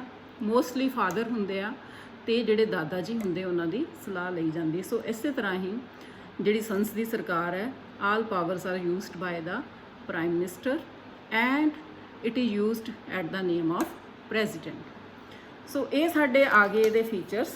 ਇਹ ਤੁਸੀਂ ਬੱਚਿਓ, ਇਹ ਜਿਹੜਾ ਮਾਡਲ ਹੈ ਇਹਨੂੰ ਬਣਾ ਲੈਣਾ ਬੜਾ ਸੋਹਣਾ ਕਲਰ ਕਰਕੇ। ਪਾਰਲੀਮੈਂਟਰੀ ਸਿਸਟਮ ਦਾ ਮਾਡਲ ਹੈ, ਇਸ ਤਰ੍ਹਾਂ ਇਹ ਵਰਕ ਕਰਦੀ ਹੈ। ਮੇਰੇ ਕੋਲ ਹੁਣ ਬਲੈਕ ਬੋਰਡ ਨਹੀਂ ਹੈ ਤੇ ਆਪਾਂ ਇਸ ਤਰ੍ਹਾਂ ਹੀ ਸਾਰਦੇ ਪਏ ਹਾਂ। ਤੁਹਾਨੂੰ ਇਹਦੀਆਂ ਪਿਕਚਰਸ ਭੇਜ ਦਿੱਤੀਆਂ ਜਾਣਗੀਆਂ। ਹੁਣ ਅੱਗੇ ਆ ਗਏ ਕਿ ਸੰਸਦੀ ਪ੍ਰਣਾਲੀ ਦੀ ਸਰਕਾਰ ਦੇ ਵਿੱਚ ਜਿਹੜੀ ਆਪੋਜੀਸ਼ਨ ਪਾਰਟੀ ਹੈ ਉਹਦਾ ਬਹੁਤ ਵੱਡਾ ਰੋਲ ਹੁੰਦਾ ਹੈ। ਜਿਹੜਾ ਆਪੋਜੀਸ਼ਨ ਦਾ ਲੀਡਰ ਹੁੰਦਾ ਹੈ ਉਹਨੂੰ ਕੈਬਨਿਟ ਮਿਨਿਸਟਰ ਜਿੰਨੀਆਂ ਹੀ ਪਾਵਰਸ, ਸਾਰੀਆਂ ਫੈਸਿਲਿਟੀਜ਼ ਜਿਹੜੀਆਂ ਨੇ ਉਹ ਹਾਸਲ ਹੁੰਦੀਆਂ ਹਨ। ਪਰ ਸਾਡੀ ਬੈਡ ਲੱਕ ਦੇਖੋ ਕਿ ਜਦੋਂ 16th ਲੋਕ ਸਭਾ ਦੀ ਇਲੈਕਸ਼ਨ ਹੋਈ ਸੀ 2014 ਦੇ ਵਿੱਚ, ਤਾਂ ਉਦੋਂ ਵੀ ਸਾਡੇ ਕੋਲ ਆਪੋਜੀਸ਼ਨ ਦਾ ਨੇਤਾ ਨਹੀਂ ਸੀ ਹੈਗਾ। ਉਦੋਂ ਵੀ ਜਿਹੜੀ ਬੀਜੇਪੀ ਦੀ ਗਵਰਨਮੈਂਟ ਸੀ, it got 282 seats in 16 Lok Sabha election. 282 ਸੀਟਾਂ, ਸਾਨੂੰ 543 ਚੋਂ ਕੰਪਲੀਟ ਮੈਜੋਰਿਟੀ ਲੈਣ ਲਈ 272 ਸੀਟਸ ਚਾਹੀਦੀਆਂ। ਬਟ 16 ਲੋਕ ਸਭਾ ਦੇ ਵਿੱਚ ਵੀ ਜਿਹੜੀ ਬੀਜੇਪੀ ਸੀ ਉਹਨੇ ਕਿੰਨੀਆਂ ਸੀਟਸ ਵਿਨ ਕੀਤੀਆਂ ਸੀਗੀਆਂ? 282, ਜਿਹੜੀਆਂ ਕਿ ਕੰਪਲੀਟ ਮੈਜੋਰਿਟੀ ਤੋਂ ਵੀ ਜ਼ਿਆਦਾ ਸੀ। And Congress won only 44 seats. ਪਰ ਆਪੋਜੀਸ਼ਨ ਦਾ ਲੀਡਰ ਬਣਨ ਲਈ ਸਾਨੂੰ ਟੋਟਲ 540 ਸੀਟਸ ਚੋਂ 10% ਸੀਟਸ ਲੈਣੀਆਂ ਜ਼ਰੂਰੀ ਹੁੰਦੀਆਂ ਹਨ। ਕਿੰਨੀਆਂ ਬਣਦੀਆਂ ਨੇ? ਉਹ 54। ਇਸ ਕਰਕੇ 16th ਲੋਕ ਸਭਾ ਦੇ ਵਿੱਚ ਵੀ ਸਾਡਾ ਆਪੋਜੀਸ਼ਨ ਦਾ ਨੇਤਾ ਕੋਈ ਨਹੀਂ ਸੀ। ਇਸੇ ਤਰ੍ਹਾਂ ਜਦੋਂ 2019 ਮਈ 'ਚ ਪਿਛਲੀ ਵਾਰੀ ਰਿਜ਼ਲਟ ਆਏ ਤਾਂ ਬੀਜੇਪੀ ਨੇ ਸੀਟਸ ਕਿੰਨੀਆਂ ਲਈਆਂ ਬੱਚਿਓ? 303 ਸੀਟਸ। ਤੇ ਸੈਕਿੰਡ ਪਾਰਟੀ ਕਿਹੜੀ ਆਈ ਸੀ? ਕਾਂਗਰਸ ਪਾਰਟੀ ਆਈ 52 seats. Again there is a vacant vacancy of opposition leader. Opposition party नहीं है कोई। ਜਿਹੜੀ ਕਾਂਗਰਸ ਹੈ ਉਹਨੇ 52 ਸੀਟਸ ਲਈਆਂ and we need 54 seats to become the leader of the opposition party. ਜੇ ਰੱਬ ਨਾ ਕਰੇ, ਜੇ ਸਾਨੂੰ ਕੋਈ ਇਹਦਾ ਅਲਟਰਨੇਟਿਵ ਲੱਭਣਾ ਪਵੇ, ਅਸੀਂ ਕਹਿੰਦੇ ਹਾਂ ਕਿ ਸਮੇਂ ਤੋਂ ਪਹਿਲਾਂ ਸਰਕਾਰ ਭੰਗ ਕੀਤੀ ਜਾਵੇ, ਇਹਦੀ ਕੋਈ ਮੈਜੋਰਿਟੀ ਨਹੀਂ ਹੋ ਰਹੀ, ਤੇ ਸਾਨੂੰ ਸੈਕਿੰਡ ਆਪੋਜੀਸ਼ਨ ਪਾਰਟੀ ਜਿਹੜੀ ਆ ਉਹਦਾ ਰੂਲ ਆ ਜਾਏਗਾ। ਪਰ ਅਸੀਂ ਇੱਥੇ ਆਪੋਜੀਸ਼ਨ ਵੇਖੋ ਲੈ ਹੀ ਨਹੀਂ ਸਕਦੇ, ਕਿਉਂਕਿ ਆਪੋਜੀਸ਼ਨ ਪਾਰਟੀ ਜਿਹੜੀ ਆ ਉਹ ਆਪੋਜੀਸ਼ਨ 'ਚ ਬੈਠਣ ਦੇ ਵੀ ਕਾਬਲ ਨਹੀਂ ਹੈ।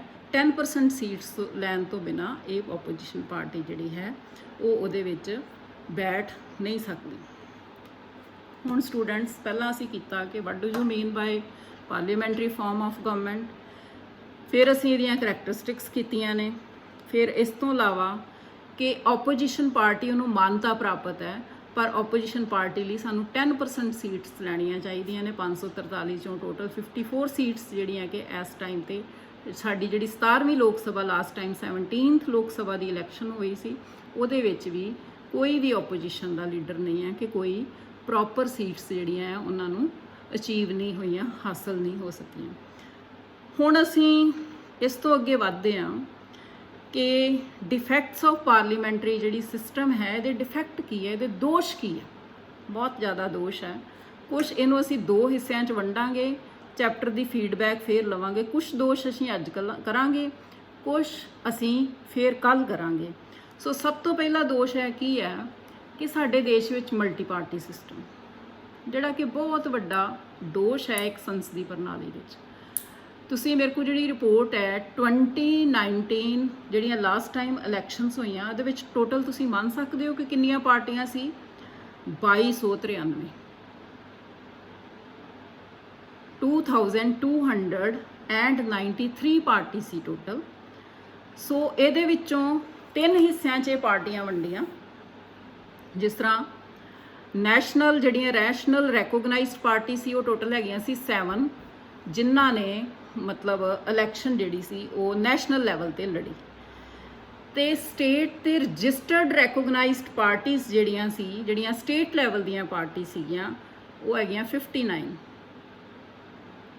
ਇਹ ਜਿਹੜੀਆਂ ਪਾਰਟੀਆਂ ਹੈ ਇਹ ਉਹ ਪਾਰਟੀਆਂ ਹੈ ਜਿਹੜੀਆਂ ਇਲੈਕਸ਼ਨ ਕਮਿਸ਼ਨ ਕੋਲ ਰਜਿਸਟਰਡ ਵੀ ਹਨ ਤੇ ਰੈਕੋਗਨਾਈਜ਼ਡ ਵੀ ਹਨ। ਇਹਨਾਂ ਨੂੰ ਇੱਕ ਹੀ ਜਿਹੜਾ ਵਾ ਨਿਸ਼ਾਨ ਹੈ ਉਹ ਅਲੋਟਡ ਹੋਇਆ, ਇਹਨਾਂ ਦਾ ਪੰਜੀਕਰਨ ਹੋਇਆ ਹੈ। ਦੈਨ ਥਰਡ ਆ ਗਿਆ ਰਜਿਸਟਰਡ ਬਟ ਅਨਰੈਕੋਗਨਾਈਜ਼ਡ ਪਾਰਟੀਆਂ।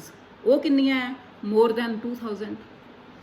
ਉਹ ਰਜਿਸਟਰਡ ਤਾਂ ਹੈਗੀਆਂ ਬਟ ਦੇ ਆਰ ਅਨਰੈਕੋਗਨਾਈਜ਼ਡ। ਇਹਨਾਂ 'ਚ ਫਰਕ ਕੀ ਆ? ਅਨਰੈਕੋਗਨਾਈਜ਼ਡ ਕਿਉਂ ਆ? ਕਿਉਂਕਿ ਇਹਨਾਂ ਕੋਲ ਆਪਣਾ ਪਰਮਾਨੈਂਟ ਇਲੈਕਸ਼ਨ ਲੜਨ ਲਈ ਸਿੰਬਲ ਨਹੀਂ ਆ। 80 ਤੋਂ ਵੱਧ ਸਿੰਬਲ ਜਿਹੜੇ ਨੇ ਉਹ ਇਲੈਕਸ਼ਨ ਕਮਿਸ਼ਨ ਕੋਲ, ਮੈਨੂੰ ਪ੍ਰੋਪਰ ਗਿਣਤੀ ਤਾਂ ਨਹੀਂ ਯਾਦ ਹੁੰਦੀ, ਉਹ ਹੁੰਦੇ ਨੇ। ਤੇ ਜਦੋਂ ਇਹ ਇਲੈਕਸ਼ਨਸ ਆਉਂਦੀਆਂ ਹਨ ਤੇ ਇਹ ਜਿਹੜੀਆਂ ਰਜਿਸਟਰਡ ਅਨਰੈਕੋਗਨਾਈਜ਼ਡ ਪਾਰਟੀਆਂ, ਇਹ ਉਹਨਾਂ ਵਿੱਚੋਂ ਸਿੰਬਲਸ ਜਿਹੜੇ ਨੇ ਇਲੈਕਸ਼ਨ ਲੜਨ ਲਈ ਨਿਸ਼ਾਨ ਜਿਹੜੇ ਹੈ ਉਹ ਇਹਨਾਂ ਨੂੰ ਆਪ ਚੁਣਨੇ ਪੈਂਦੇ ਹਨ। ਸੋ ਵਿਦਿਆਰਥੀਓ, ਮੈਂ ਸਭ ਤੋਂ ਪਹਿਲਾਂ ਮੈਂ ਕਹਿੰਦੀ ਕਿ ਸਭ ਤੋਂ ਵੱਡਾ ਦੋਸ਼ ਇਹ ਹੈ ਕਿ ਸਾਡੇ ਦੇਸ਼ ਦੇ ਵਿੱਚ ਮਲਟੀ ਪਾਰਟੀ ਸਿਸਟਮ ਹੈ। ਖੁੰਬਾਂ ਦੀ ਤਰ੍ਹਾਂ ਜਿਹੜੀਆਂ ਪਾਰਟੀਆਂ ਹਨ ਉਹ ਨਿਕਲਦੀਆਂ, ਔਰ ਕਈ ਵਾਰੀ ਤੇ ਇੰਝ ਹੁੰਦਾ ਹੈ ਕਿ ਉਹ ਇਲੈਕਸ਼ਨ ਦੇ ਟਾਈਮ ਤੇ ਹੀ ਆਉਂਦੀਆਂ ਨੇ ਤੇ ਬਾਅਦ ਦੇ ਵਿੱਚ ਉਹ ਡਿਸਪੀਅਰ ਜਿਹੜੀਆਂ ਵਾ ਉਹ ਹੋ ਜਾਂਦੀਆਂ। ਉਸ ਤੋਂ ਬਾਅਦ ਅਸੀਂ ਕਰਾਂਗੇ ਕਿ ਸਾਡਾ ਅਗਲਾ ਦੋਸ਼ ਕੀ ਹੈ, ਡੀਮੈਰਿਟ ਆਫ ਪਾਰਲੀਮੈਂਟਰੀ ਸਿਸਟਮ ਕੀ ਹੈ, ਡਿਫੈਕਟ ਕੀ ਹੈ ਬਹੁਤ ਵੱਡਾ, ਕਿ there is a hung parliament. ਲਟਕਦੀ ਸੰਸਦੀ ਸਰਕਾਰ ਹੈ ਸਾਡੇ ਦੇਸ਼ ਵਿੱਚ। ਲੋਕ ਸਭਾ ਦੇ ਵਿੱਚ ਕਿੰਨੀਆਂ ਸੀਟਸ ਉਤੇ ਇਲੈਕਸ਼ਨ ਹੁੰਦੀ ਹੈ? 543 ਸੀਟਸ ਤੇ ਹੁੰਦੀ ਹੈ। ਤੇ to win the majority any party needs 272 seats win ਕਰ ਲਈ ਹੋਈ ਹੈ। ਲੱਕੀ ਕਿ 16 ਲੋਕ ਸਭਾ ਦੇ ਵਿੱਚ ਵੀ ਬੀਜੇਪੀ ਨੇ ਕੰਪਲੀਟ ਮੈਜੋਰਟੀ ਹਾਸਲ ਕੀਤੀ ਤੇ 17th ਲੋਕ ਸਭਾ ਦੇ ਵਿੱਚ ਫਿਰ ਇਹਦੀਆਂ ਸੀਟਸ ਵੱਧ ਗਈਆਂ, 303 ਸੀਟਸ ਜਿਹੜੀਆਂ ਸੀ ਉਹ ਬਣ ਗਈਆਂ। ਤੇ ਇਸ ਕਰਕੇ ਕੰਪਲੀਟ ਮੈਜੋਰਟੀ ਹੋਣ ਕਰਕੇ ਇਹ ਵਨ ਪਾਰਟੀ ਸਿਸਟਮ ਜਿਹੜੀ ਹੈ ਉਹ ਪ੍ਰਵੇਲ ਕਰ ਰਹੀ ਹੈ। ਪਰ ਇਸ ਤੋਂ ਪਹਿਲਾਂ ਅਸੀਂ ਕਾਫੀ ਸਾਲ ਜਿਹੜੇ ਸੀ ਉਹ ਅਸੀਂ ਲਟਕਦੀ ਹੋਈ ਜਿਹੜੀ ਸੰਸਦੀ ਪ੍ਰਣਾਲੀ ਹੈ ਉਹ ਅਪਣਾਈ। ਉਹ ਕਦੋਂ ਬਣੀ? ਜਦੋਂ when there no party came into existence with complete majority, ਮਤਲਬ 272 ਸੀਟਸ ਉਹ ਹਾਸਲ ਨਹੀਂ ਕਰ ਸਕੀ। ਤੇ ਉਹਦਾ ਰਿਜ਼ਲਟ ਕੀ ਸੀਗਾ? ਜਦੋਂ ਇਹ ਨਹੀਂ ਤਾਂ ਲੈਕ ਆਫ ਕੀ ਆ ਜਾਂਦਾ? Lack of stability and strength. ਜਿਹੜੀ ਸੰਸਦੀ ਪ੍ਰਣਾਲੀ ਦੀ ਸਰਕਾਰ ਹੈ ਉਹ ਫਿਰ ਮਜ਼ਬੂਤੀ ਦੀ ਤੇ ਸਥਿਰਤਾ ਦੀ ਉਹਦੇ 'ਚ ਅਣਹੋਂਦ ਹੁੰਦੀ ਹੈ। ਵੇਖੋ, ਕੋਈ ਵੀ ਮੈਂ ਕਹਿੰਦੀ ਹਾਂ ਕਿ ਕੁਝ ਬੱਚੇ, ਤੁਸੀਂ ਤੁਹਾਡੀ ਕਲਾਸ ਇਕੱਠੀ ਬੈਠੀ ਹੈ, ਕੁਝ ਈ ਸੈਕਸ਼ਨ ਹੈ, ਕੁਝ ਐਫ ਸੈਕਸ਼ਨ ਹੈ, ਕੁਝ ਜੀ ਸੈਕਸ਼ਨ ਹੈ, ਤੇ ਤੁਸੀਂ, ਮੈਂ ਕਹਿੰਦੀ ਹਾਂ ਕਿ ਤੁਸੀਂ ਨਾ ਇਹ ਬੱਚੇ ਨਾ ਗਰੁੱਪ ਬਣਾ ਲਓ, ਕੁਝ ਈ ਦੇ ਲੈ ਲਓ ਬੱਚੇ, ਕੁਝ ਐਫ ਦੇ, ਕੁਝ ਜੀ ਦੇ, ਕੋਈ 9th ਦਾ ਲੈ ਲਓ। ਇਸ ਤਰ੍ਹਾਂ ਤੁਸੀਂ ਕਹਿੰਦੇ ਨਹੀਂ ਮੈਮ ਤੁਸੀਂ ਇਜ਼ ਇਟ ਪੋਸੀਬਲ ਕਿ ਅਸੀਂ ਆਪਣੀ ਕਲਾਸ ਦੇ ਬੱਚੇ ਲਈਏ? ਤੇ ਮੈਂ ਕਹਿੰਦੀ ਅੱਗੋਂ ਕਿ ਬੱਚੇ ਤੁਸੀਂ ਕਿਉਂ ਚਾਹੁੰਦੇ ਹੋ ਵੀ ਬੱਚੇ ਤੇ ਤੁਹਾਡੇ ਨਾਲ ਹੀ ਆ, ਤੁਹਾਡੇ ਸਕੂਲ ਦੇ ਬੱਚੇ ਨੇ। ਤੁਸੀਂ ਕਹਿੰਦੇ ਮੈਮ ਨਹੀਂ, ਅਸੀਂ ਆਪਣੀ ਕਲਾਸ ਦੇ ਬੱਚਿਆਂ ਨੂੰ ਜ਼ਿਆਦਾ ਅੱਛੀ ਤਰ੍ਹਾਂ ਜਾਣਦੇ ਹਾਂ, ਸਾਨੂੰ ਉਹਨਾਂ ਦੇ ਸੁਭਾਅ ਦਾ ਨਹੀਂ ਫਰਕ ਹੈਗਾ, ਉਹਨਾਂ ਦੇ ਵਿਚਾਰ ਨਹੀਂ ਮਿਲਦੇ। ਤੁਸੀਂ ਇੱਕ ਸਿੰਪਲ ਜੀ ਅਸੀਂ ਗੱਲ ਜਿਹੜੀ ਹੈ ਇਹ ਕਰਦੇ ਰਹਿੰਦੇ ਹਾਂ। ਸੋ ਇਸੇ ਤਰ੍ਹਾਂ ਹੀ ਜਦੋਂ ਆਪਾਂ ਲੋਕ ਸਭਾ ਦੀਆਂ ਇਲੈਕਸ਼ਨਸ ਹੁੰਦੀਆਂ ਹਨ, ਮੇਰਾ ਖਿਆਲ ਹੈ ਕਿ 89 ਦੇ ਵਿੱਚ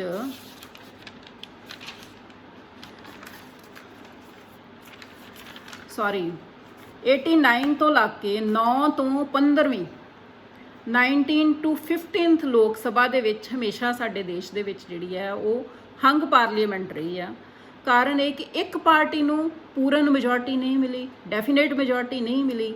ਜਿਸ ਤਰ੍ਹਾਂ ਹੁਣ ਬੀਜੇਪੀ ਦੀ 16th ਦੇ ਵਿੱਚ ਬੀਜੇਪੀ ਕੰਪਲੀਟ ਮੈਜੋਰਟੀ ਆ ਗਈ, ਪੂਰੀ ਤਰ੍ਹਾਂ independent to take the decision to make the policies. And now again in 2019 ਦੇ ਵਿੱਚ ਕਿੰਨਾ ਵੱਡਾ ਮੈਂ ਤੁਹਾਨੂੰ ਆਰਟੀਕਲ ਕਰਾਇਆ ਸੀ, ਆਰਟੀਕਲ 370, ਜਿਹੜਾ ਕਿ ਪ੍ਰਾਈਮ ਮਿਨਿਸਟਰ ਮੋਦੀ ਜੀ ਨੇ ਰਾਤੋਂ ਦਿਨ ਦੇ ਵਿੱਚ ਜਾ ਕੇ ਤੇ ਉੱਥੇ ਉਹ ਜੰਮੂ ਕਸ਼ਮੀਰ ਦੇ ਵਿੱਚ ਉਹਨੂੰ ਐਪਲੀਕੇਬਲ ਕਰਕੇ ਤੇ ਉਹਨੂੰ ਯੂਨੀਅਨ ਟੈਰੀਟਰੀਜ਼ ਦੇ ਵਿੱਚ ਚੇਂਜ ਕਰ ਦਿੱਤਾ ਸੀ। ਕਿਉਂ ਸੀ? ਬਿਕਾਜ਼ ਇੱਕ ਮਜ਼ਬੂਤ ਸਰਕਾਰ ਸੀ, ਸਾਰੀ ਪਾਰਟੀ ਉਹਦੀ ਇਕੱਠੀ ਸੀ, ਉਹਨਾਂ ਨੂੰ ਕੋਈ ਵੀ ਜਿਹੜਾ ਕਾਨੂੰਨ ਬਣਾਉਣਾ ਉਹਨਾਂ ਲਈ ਸੌਖਾ ਸੀ ਕਿਉਂਕਿ ਉਹਨਾਂ ਦੀ ਪਾਰਟੀ ਦੇ ਮੈਂਬਰ ਉਹਨਾਂ ਦੇ ਨਾਲ ਸੀ। ਸੋ ਇਸ ਕਰਕੇ ਜਦੋਂ ਇੱਕ ਪਾਰਟੀ ਨੂੰ ਪੂਰਨ ਬਹੁਮਤ ਹੁੰਦਾ ਹੈ ਤੇ ਉਹਦੇ ਵਿੱਚ ਕੀ ਹੁੰਦਾ ਹੈ ਕਿ ਉਹਨਾਂ ਦੀ ਮਜ਼ਬੂਤ ਤੇ ਸਟੇਬਲ ਸਰਕਾਰ ਹੁੰਦੀ, ਉਹਨਾਂ ਨੂੰ ਦੂਜੀਆਂ ਪਾਰਟੀ ਦੇ ਲੋਕ ਨਹੀਂ ਲੈਣੇ ਪੈਂਦੇ।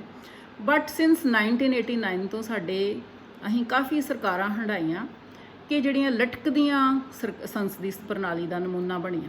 ਇਹਨੂੰ ਕਹਿੰਦੇ ਨੇ ਹੰਗ ਪਾਰਲੀਮੈਂਟ ਜਾਂ ਲਟਕਦੀ ਹੋਈ ਜਾਂ ਵੀਕ ਪਾਰਲੀਮੈਂਟ ਆਪਾਂ ਕਹਿ ਸਕਦੇ ਹਾਂ, ਜਾਂ ਇਹਨੂੰ ਕਹਿੰਦੇ ਨੇ ਗਠਬੰਧਨ ਦੀ ਰਾਜਨੀਤੀ ਬਣਾਉਣੀ ਪੈਂਦੀ। when the government do not have a definite majority it is called hung parliament। मैं इंग्लिश ਦੇ ਸਟੂਡੈਂਟਸ ਲਈ ਵੀ ਬੋਲ ਰਹੀ ਹਾਂ। ਜਿਸ ਤਰ੍ਹਾਂ ਕਿ ਸਭ ਤੋਂ ਪਹਿਲਾਂ ਕੀ ਹੋਇਆ ਕਿ ਜਿਹੜੀ ਗਵਰਨਮੈਂਟ ਹੈ it is chosen for 5 years but when it doesn't have a definite majority it can be dissolved before time। ਇਹਨੂੰ ਪਹਿਲਾਂ ਹੀ ਸਮੇਂ ਤੋਂ ਭੰਗ ਕਰ ਦਿੱਤਾ ਜਾਂਦਾ ਹੈ।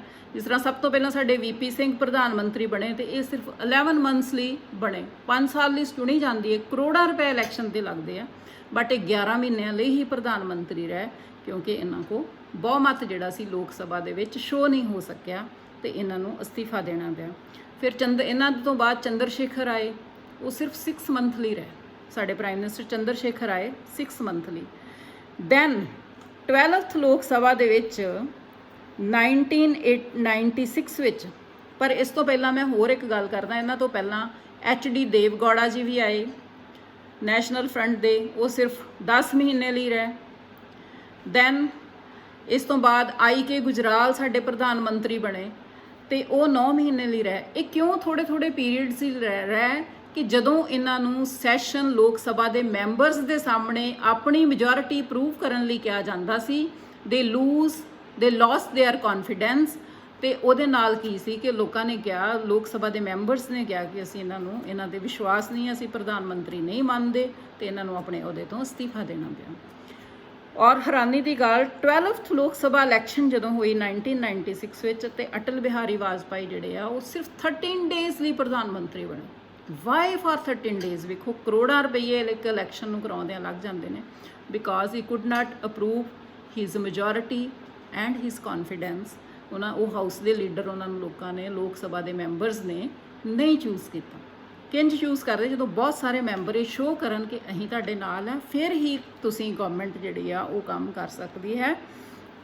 ਇਸ ਤੋਂ ਬਾਅਦ ਫਿਰ ਉਹ ਦੁਬਾਰਾ ਜਿਹੜੇ ਆ ਫਿਰ ਅਟਲ ਬਿਹਾਰੀ ਵਾਜਪਾਈ ਸਾਡੇ ਪ੍ਰਧਾਨ ਮੰਤਰੀ ਬਣੇ ਤੇ ਉਹਨਾਂ ਦੀ ਸਰਕਾਰ 1998 ਵਿੱਚ 1996 ਵਿੱਚ ਸਿਰਫ 13 ਦਿਨ ਰਹੀ ਤੇ 1998 ਦੇ ਵਿੱਚ ਉਹ 13 ਮੰਥਸ ਜਿਹੜੇ ਸੀਗੇ ਉਹ ਸਾਡੇ ਪ੍ਰਧਾਨ ਮੰਤਰੀ ਜਿਹੜੇ ਸੀ ਉਹ ਰਹੇ। ਸੋ ਇਸ ਤਰ੍ਹਾਂ ਇਹ ਜਿਹੜਾ ਹੈ ਇਹ ਡਿਫੈਕਟਸ ਨੇ, ਇਹਦੇ ਹਾਫ ਅੱਜ ਅਸੀਂ ਕੀਤੇ ਆ ਤੇ ਅੱਧੇ ਅਸੀਂ ਇਹਦੇ ਕੱਲ ਕਰਾਂਗੇ। ਇਹਦੇ ਅੱਧੇ ਅਸੀਂ ਕੱਲ ਕਰਾਂਗੇ। ਇਹ ਤੁਹਾਡਾ ਪਾਰਲੀਮੈਂਟਰੀ ਫਾਰਮ ਦਾ ਨਮੂਨਾ ਹੈ ਜਿਹੜਾ ਅਸੀਂ ਡਿਸਕਸ ਕੀਤਾ। ਹੁਣ ਮੈਂ ਦੁਬਾਰਾ ਰਿਪੀਟ ਕਰਦੀ ਹਾਂ ਕਿ ਤੁਹਾਨੂੰ ਕਿਹੋ ਜਿਹੇ ਕੁਐਸਚਨ ਆਉਣੇ ਆ। ਪਹਿਲਾਂ ਆਉਣਾ ਹੈ ਕਿ what do you mean by parliamentary form of government. ਤੁਹਾਨੂੰ ਦੱਸਿਆ ਹੀ ਹੈ ਕਿ ਜ਼ਿੰਮੇਵਾਰ ਸਰਕਾਰ ਹੈ, ਨੇੜੇ ਦਾ ਸੰਬੰਧ ਹੈ ਵਿਧਾਨ ਪਾਲਿਕਾ ਤੇ ਕਾਰਜਪਾਲਿਕਾ ਵਿੱਚ। Then there is a difference between the real and the nominal executive and it is also called the government of the cabinet, and real powers are used by the prime minister. Then we came to the characteristics ki hai कि there is a close relationship between executive and legislature. There is a difference between nominal and real head. It's called a responsible government, and there is collective responsibility of the ministers as well as there is an individual responsibility of the ministers for their all actions of their portfolios, they are responsible towards the parliament. Similarly ਅਸੀਂ ਕੀਤਾ ਕਿ there is a recognition of opposition, ਜਿਹਦੇ ਵਿੱਚ ਮੈਂ ਤੁਹਾਨੂੰ ਦੱਸਿਆ ਕਿ ਇਸ ਟਾਈਮ ਤੇ ਸਾਡੀ 16th ਲੋਕ ਸਭਾ ਵਿੱਚ ਵੀ ਤੇ 17th ਲੋਕ ਸਭਾ ਵਿੱਚ ਵੀ ਆਪੋਜੀਸ਼ਨ ਦਾ ਲੀਡਰ ਜਿਹੜਾ ਉਹ ਨਹੀਂ ਹੈਗਾ, ਕਿਉਂਕਿ ਉਹ 10% ਸੀਟਸ ਜਿਹੜੀਆਂ ਨੇ ਟੋਟਲ ਲੋਕ ਸਭਾ ਦੀਆਂ ਨਹੀਂ ਲੈ ਸਕਿਆ। ਫਿਰ ਅਸੀਂ ਕਿਉਂ ਅਪਣਾਈ, why did we adopt parliamentary system of government in India, ਕਿਉਂ ਅਪਣਾਈ ਸੰਸਦੀ ਪ੍ਰਣਾਲੀ ਦੀ ਸਰਕਾਰ, ਕਿਉਂਕਿ ਸਾਡੇ ਪੋਲੀਟੀਸ਼ੀਅਨਸ ਨੂੰ, ਲੀਡਰਸ ਨੂੰ ਇਹਦਾ ਪਹਿਲਾਂ ਹੀ ਐਕਸਪੀਰੀਅੰਸ ਸੀ, ਕਿਉਂਕਿ ਇੰਗਲੈਂਡ ਨੇ ਆਲਰੇਡੀ ਇੱਥੇ ਸੀਮਤ ਰੂਪ ਵਿੱਚ ਸੰਸਦੀ ਪ੍ਰਣਾਲੀ ਦੀ ਸਰਕਾਰ ਜਿਹੜੀ ਸੀ ਉਹ ਅਪਣਾਈ ਹੋਈ ਸੀ। ਤੁਹਾਨੂੰ ਆਬਜੈਕਟਿਵ ਟਾਈਪ 'ਚ ਕੁਐਸਚਨ ਆ ਸਕਦਾ ਹੈ ਕਿ ਕਿਹੜੇ ਕਿਹੜੇ ਦੇਸ਼ ਵਿੱਚ, 2 ਦੇਸ਼ਾਂ ਦੇ ਨਾਂ ਲਿਖੋ ਜਿੱਥੇ ਸੰਸਦੀ ਪ੍ਰਣਾਲੀ ਦੀ ਸਰਕਾਰ ਹੈ। ਇੰਗਲੈਂਡ, ਕੈਨੇਡਾ ਤੇ ਇੰਡੀਆ ਦੇ ਵਿੱਚ ਤੇ ਆਲਰੇਡੀ ਤੁਹਾਨੂੰ ਪਤਾ ਹੀ ਹੈ। ਫਿਰ ਉਸ ਤੋਂ ਅੱਗੇ ਅਸੀਂ ਕੀਤਾ ਹੈ ਕਿ ਇਹਦੇ ਦੋਸ਼ ਕੀ ਹਨ, ਦੋਸ਼ਪੂਰਨ ਕੀ ਹੈ। ਸਭ ਤੋਂ ਪਹਿਲਾਂ ਸਭ ਤੋਂ ਵੱਡਾ ਦੋਸ਼ ਹੈ ਕਿ ਇੱਥੇ ਮਲਟੀ ਪਾਰਟੀ ਸਿਸਟਮ ਹੈ, ਜਿਹਦੇ 'ਚ ਮੈਂ ਤੁਹਾਨੂੰ ਦੱਸਿਆ ਕਿ ਐਗਜ਼ਿਸਟਿੰਗ ਜਿਹੜੀਆਂ ਵਾ ਉਹ 2293 ਪਾਰਟੀਜ਼ ਹੈ, ਜਿਹਦੇ ਵਿੱਚੋਂ 7 ਨੈਸ਼ਨਲ ਰੈਕੋਗਨਾਈਜ਼ਡ ਰਜਿਸਟਰਡ ਪਾਰਟੀਜ਼ ਹੈ and 59 recognised registered state party ਜਿਹੜੀਆਂ ਖੇਤਰੀ ਦਲ ਜਿਨ੍ਹਾਂ ਨੂੰ ਕਹਿੰਦੇ ਹਾਂ ਉਹ ਆ, ਐਂਡ ਮੋਰ ਦੈਨ 2000 ਜਿਹੜੀਆਂ ਨੇ ਰਜਿਸਟਰਡ ਬਟ ਅਨਰੈਕੋਗਨਾਈਜ਼ਡ, ਉਹਨਾਂ ਦਾ ਪੰਜੀਕਰਨ ਹੋਇਆ ਬਟ ਉਹਨਾਂ ਦੇ ਸਿੰਬਲ ਜਿਹੜੇ ਨਿਸ਼ਾਨ ਹੈ ਉਹ ਫਿਕਸ ਨਹੀਂ ਆ। ਹਰ ਵਾਰੀ ਇਲੈਕਸ਼ਨ 'ਚ ਉਹਨਾਂ ਨੂੰ ਆਪਣਾ ਚੂਜ਼ ਕਰਨਾ ਪੈਂਦਾ ਹੈ ਇਲੈਕਸ਼ਨ ਸਿੰਬਲ। ਇਹ ਇੱਕ ਬਹੁਤ ਵੱਡਾ ਦੋਸ਼ ਹੈ ਸਾਡੀ ਸੰਸਦੀ ਪ੍ਰਣਾਲੀ ਦਾ। ਫਿਰ ਉਸ ਤੋਂ ਬਾਅਦ ਲਟਕਦੀ ਸੰਸਦ, ਹੰਗ ਪਾਰਲੀਮੈਂਟ, ਜਿਸ 'ਚ ਮੈਂ ਤੁਹਾਨੂੰ ਬਹੁਤ ਸਾਰੇ ਪ੍ਰਾਈਮ ਮਿਨਿਸਟਰਸ ਦੇ ਵੀ ਨਾਮ ਦੱਸੇ ਕਿ ਉਹ ਕਿਉਂ ਸੀ ਕਿ ਸਪਸ਼ਟ ਬਹੁਮਤ ਨਾ ਮਿਲਣ ਕਰਕੇ ਸਮੇਂ ਤੋਂ ਪਹਿਲਾਂ ਉਹਨੂੰ ਭੰਗ ਕੀਤਾ ਗਿਆ। ਤੇ ਜਿਹੜੀ ਲਟਕਦੀ ਸੰਸਦ ਹੁੰਦੀ ਆ, it is lack of stability and strength, ਇਹ ਸਟਰੋਂਗ ਤੇ ਮਜ਼ਬੂਤ ਸਰਕਾਰ ਨਹੀਂ ਬਣ ਸਕਦੀ। ਪਰ 16th ਲੋਕ ਸਭਾ ਦੀ ਇਲੈਕਸ਼ਨ ਤੇ ਆ 17th Lok Sabha, we are like having very stable and governments ਜਿਹੜੀਆਂ ਕਿ ਬੀਜੇਪੀ ਪਾਰਟੀ ਦੇ ਅੰਡਰ ਪ੍ਰਾਈਮ ਮਿਨਿਸਟਰ ਜਿਹੜੇ ਸਾਡੇ ਨਰਿੰਦਰ ਮੋਦੀ ਜੀ ਸੈਕੰਡ ਟਾਈਮ ਬਣੇ ਆ। ਸੋ ਇਹ ਕੀਤਾ। ਹੁਣ ਬਾਕੀ ਰਿਮੇਨਿੰਗ ਚੈਪਟਰ ਹੈ ਜਿਹਦੇ ਵਿੱਚ ਅਸੀਂ ਬਾਕੀ ਇਹਦੇ ਦੋਸ਼ ਕਰਾਂਗੇ। ਫਿਰ ਅਸੀਂ ਇਹਦੀ ਸਕਸੈਸ ਲਈ ਸਾਨੂੰ ਕੀ ਕਰਨਾ ਚਾਹੀਦਾ ਹੈ ਉਹ ਸਟੂਡੈਂਟਸ ਅਸੀਂ ਅੱਗੇ ਕਰਾਂਗੇ। ਸਟੂਡੈਂਟਸ ਤੁਸੀਂ ਸਵੇਰੇ ਮੈਨੂੰ 9 ਤੋਂ 10 ਵਜੇ ਤੇ ਉਧਰੋਂ 5 ਤੋਂ 6 ਤੁਸੀਂ ਕਾਲ ਕਰ ਲਿਆ ਕਰੋ। ਜੋ ਵੀ ਤੁਹਾਡੀਆਂ ਪ੍ਰੋਬਲਮਸ ਹੈ ਮੇਰੇ ਨਾਲ ਡਿਸਕਸ ਕਰ ਲਿਆ ਕਰੋ ਤੇ ਮੈਨੂੰ ਲੈਸਨ ਦਾ ਫੀਡਬੈਕ ਤੁਸੀਂ ਜ਼ਰੂਰ ਦੇਣਾ ਹੈ ਕਿ ਤੁਹਾਨੂੰ ਇਹ ਲੈਸਨ ਸਮਝ ਆ ਗਿਆ। Thank you very much students, have A nice day, enjoy your life, do hard work, ਪਰਮਾਤਮਾ ਦਾ ਨਾਮ ਜ਼ਰੂਰ ਲਿਆ ਕਰੋ। Thank you very much.